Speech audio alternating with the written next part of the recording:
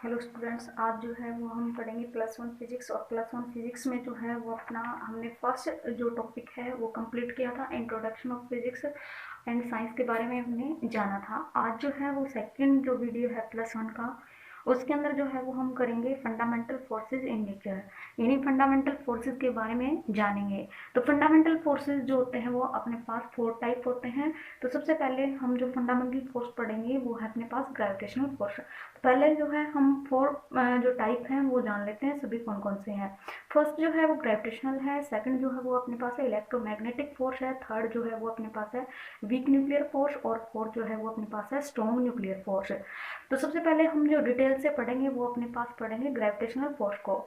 तो gravitational force क्या होता है उसके बारे में हम जानते हैं। ग्रेविटेशनल फोर्स क्या होता है? It is the force of mutual attraction between any two object by virtue of their masses। यानी अपने पास क्या होता है, एक म्यूचुअल अट्रैक्शन होता है टू ऑब्जेक्ट के बीच में, जहाँ पे डिपेंड होता है उनके मास पे। यानी यहाँ पे अपने पास क्या होते हैं, आपको जैसे डायग्राम में दिखाया गया है, टू डिफरेंट ऑब्जेक्ट हैं जिनका डिफरेंट मास है m1 एंड m2, और उनका जो अपार्ट डिस्टेंस है यानी उनके बीच की जो दूरी है वो अपने पास जो है वो हमने ली है यहाँ पे r है। अपार्ट डिस्टेंस यहाँ पे r है, दोनों का जो मास है वो अपने पास है m1 एंड m2। तो यहाँ पे जो अपने पास है वो ये जो फोर्स है वो डिपेंड करता है मास एंड रेडियस पे।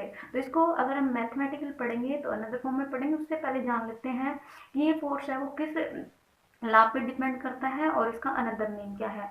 ग्रेविटेशन फोर्स को यूनिवर्सल लॉ भी कहा जाता है। Newton's law of gravitation force इसमें यूज किया गया है। यानी किस लॉ पे डिपेंड करता है, तो Newton law of gravitation force पे डिपेंड होता है। तो अब जो है इसका मैथमेटिकल पढ़ते हैं हम। तो मैथमेटिकल क्या है? Force directly proportional to product of two masses and inversely proportional to square distance between them. यहाँ पे जो प्रोडक्ट ऑफ टू मासेस के डायरेक्टली प्रोपोर्शनल है उसमें जो है वो हमने फर्स्ट इक्वेशन कंसिडर की हुई है, और इनवर्सली प्रोपोर्शनल जो है स्क्वायर डिस्टेंस में, उसमें जो है इक्वेशन हमने सेकंड कंसिडर किया हुआ है। अब क्या करते हैं, कंबाइन करते हैं बोथ इक्वेशन को, फर्स्ट एंड सेकंड को। तो यहाँ पे कंबाइन करने के बाद क्या बनेगा, अपने पास force directly proportional to m1 m2 upon r square होगा। और यहाँ जैसे ही हम क्या करते हैं, प्रोपोर्शनल का साइन हटाते हैं तो कोई ना कोई कांस्टेंट क्वांटिटी लेते हैं, और वो जो कांस्टेंट क्वांटिटी है वो यहाँ पे हमने जो है वो g लिया हुआ है। और जी जो है वो अपने पास है ग्रेविटेशनल कांस्टेंट, और ग्रेविटेशनल कांस्टेंट की जो वैल्यू होती है वो अपने पास है 6.67 इंटू 10⁻⁻11, और इसकी जो एसआई यूनिट है वो अपने पास है न्यूटन मीटर स्क्वायर पर केजी स्क्वायर। यानी इस चीज़ का ध्यान रखें, इस चीज़ में आपसे ग्रेविटेशनल फोर्स की वैल्यू पूछ ली जाती है और एसआई यूनिट पूछ लिया जाता है। ग्रेविटेशनल फोर्स का हमने फॉर्मूला पढ़ा ही है अपने पास, F is equal to G m1 m2 by r square. ये जो मासेज है वो आपको टू डिफरेंट लेने हैं।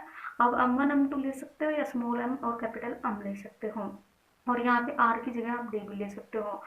अब जो है अपने पास इनकी प्रॉपर्टी पढ़ते हैं। देखो प्रॉपर्टी जो है अपने पास फॉर्मूले में छुपी होती है, अगर आपको फॉर्मूला अच्छे से पता है तो आप उसमें से प्रॉपर्टी बता सकते हो। कहीं भी आपके पास क्या आ रहा है, अपॉन आर स्क्वायर आ रहा है, तो इसमें आपकी 2 और 3 प्रॉपर्टीज कंप्लीट हो जाती हैं। सबसे पहले अपॉन आर स्क्वायर आ रहा है, दैट मीन्स क्या होता है, obey inverse square law. First property आपकी इस फॉर्मूले से आप आइडेंटिफाई कर सकते हो। Second property upon R square आया, that means it is a central force and it is a long range force. यानी अपने पास क्या होते हैं, 3 प्रॉपर्टी जो है वो अपॉन आप डिस्टेंस या जो भी आपके पास अपॉन आ रहा है उससे देख के बता सकते हो। तो बाकी की प्रॉपर्टी पढ़ते हैं हम। तो सबसे पहले अपने पास जो हमने पढ़ी है उनको फिर रिपीट कर लेते हैं।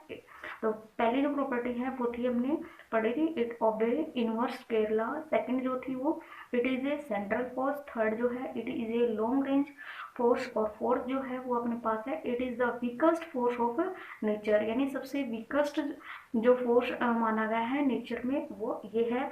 इसकी जो वैल्यू 1 है स्ट्रेंथ की, तो बाकियों की जो है इसके कंपैरिजन में वो हाईएस्ट होती है। नेक्स्ट जो है वो अपने पास है it is a conservative force और it is a attractive force. यानी कंजर्वेटिव फोर्स होता है और अट्रैक्टिव फोर्स होता है। तो ये अपने पास था ग्रेविटेशनल फोर्स के बारे में। तो ग्रेविटेशनल फोर्स को हमने डिटेल से पढ़ा। अब जो है वो हम सेकंड स्टार्ट करने जा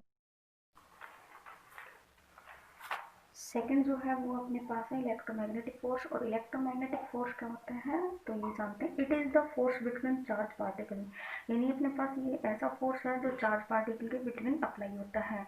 सिमिलरली जो है अपने पास जैसे हमने ग्रेविटेशन फोर्स में लिया था वैसे यहाँ पे ऑब्जेक्ट लेंगे, बट वहाँ पे ग्रेविटेशन फोर्स में जो है वो मास कंसीडर था, बट यहाँ पे जो अपने पास है वो है ऑब्जेक्ट के चार्जेज है।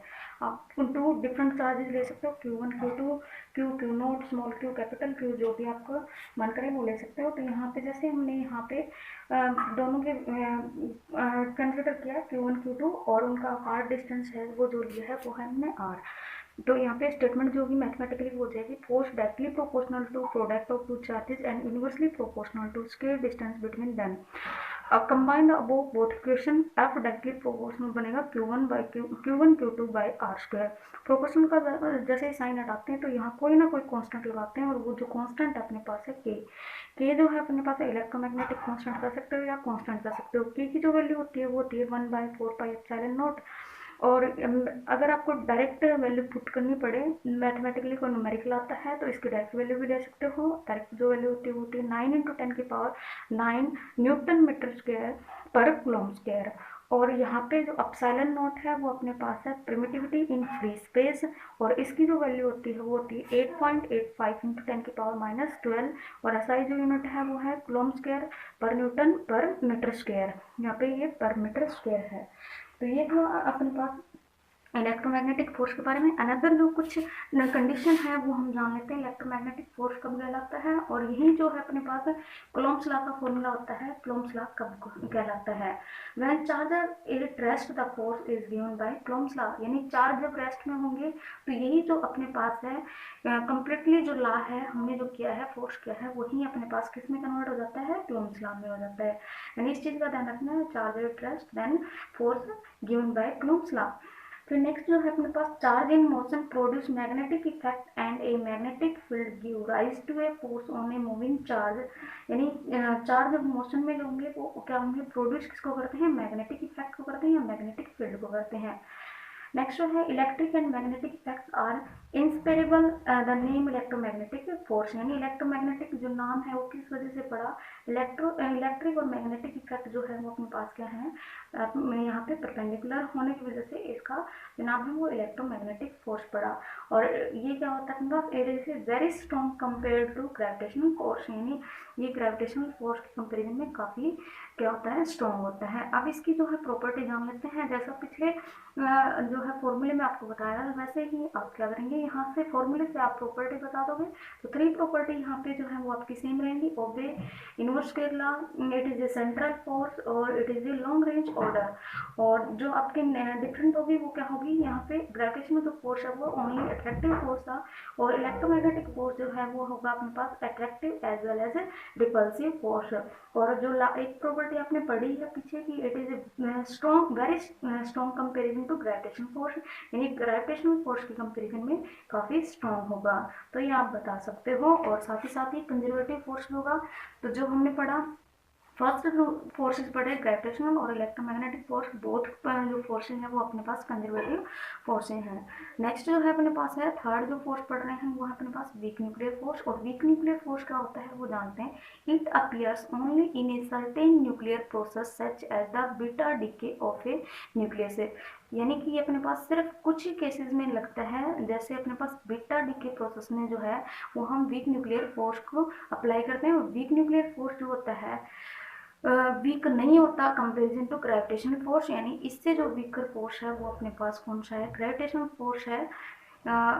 नेक्स्ट जो है वो अपने पास है strong nuclear force. Strong nuclear force क्या होता है, it bind proton and neutron in A nucleus. यानी स्ट्रॉन्ग न्यूक्लियर फोर्स क्या करता है, बाइंड करता है एक न्यूक्लियस के अंदर number of neutron and proton को, उसको हम क्या कहते हैं, स्ट्रॉन्ग न्यूक्लियर फोर्स कहते हैं। और स्ट्रॉन्ग न्यूक्लियर फोर्स जो होता है is the strongest of fundamental forces about 100 time the electromagnetic force in strength. यानी इलेक्ट्रोमैग्नेटिक स्ट्रेंथ से ये 100 टाइम जो है वो क्या होता है, स्ट्रॉन्ग होता है। और बाकी सभी जो फोर्सेज हैं उन सब में ये क्या है, स्ट्रॉन्गेस्ट फोर्स माना जाता है। It is charge independent and act equally between A proton A proton A neutron and A neutron and A proton and A neutron. यानी क्या होता है, चार्ज इंडिपेंडेंट होता है बट ये क्या करता है, इक्वली बिहेव करता है किसके बीच में, प्रोटॉन प्रोटॉन के बीच में, न्यूट्रॉन न्यूट्रॉन के बीच में एंड प्रोटॉन एंड न्यूट्रॉन के बीच में। अब जो है हम लास्ट दोनों जो फोर्सेस हैं उनकी जो है प्रॉपर्टी पढ़ लेते हैं। उनकी जो प्रॉपर्टी आप ये बताओगे, यहाँ पे कोई आपने फॉर्मूला वगैरह यूज नहीं किया, फॉर्मूला यूज नहीं किया तो आप ये जो है पीछे जो भी हमने जो उसमें फॉर्मूले में प्रॉपर्टी पढ़ी थी उनमें सभी में आप नोट कर दोगे। एक note of the inverse square law, non conservative force, non central force, यानी उन सभी प्रॉपर्टी में आप नॉन लगा दोगे। तो ये अपने पास जो है वीक न्यूक्लियर फोर्स और स्ट्रॉन्ग न्यूक्लियर फोर्स में प्रॉपर्टी पूछी जाए तो ही बताना है। अदरवाइज इन दोनों में आपसे प्रॉपर्टी बहुत ही कम पूछते हैं, फर्स्ट टू फोर्सेज में जो है वो हमें काफ़ी पूछी जाती है। अब जो है हम जान लेते हैं रिलेटिव स्ट्रेंथ कम किसकी होती है, रेंज किसकी कम होती है। जैसे हमने पढ़ा इलेक्ट्रोमैग्नेटिक फोर्स और ग्रेविटेशनल फोर्स में जो है वो आपके पास आर आ रहा है, यानी रेडियस है अप्लाई हो रही है, दैट मीन्स क्या है, रेंज जो होगी इनकी क्या होगी, इन्फिनिटी होगी। और वीक की जो रेंज होगी वो 10⁻⁻16 होती है और स्ट्रॉन्ग की जो होती है 10⁻⁻15 होती है। रिलेटिव स्ट्रेंथ की बात करें तो स्ट्रॉन्ग जो फोर्स की उसकी जो स्ट्रेंथ होती है वो 10⁻38 होती है, वीक की 32 होती है 10 की पावर, और इलेक्ट्रोमैग्नेटिक की जो है 10⁻36 होती है, और ग्रेविटेशनल फोर्स की जो है वो अपने पास 1 होती है।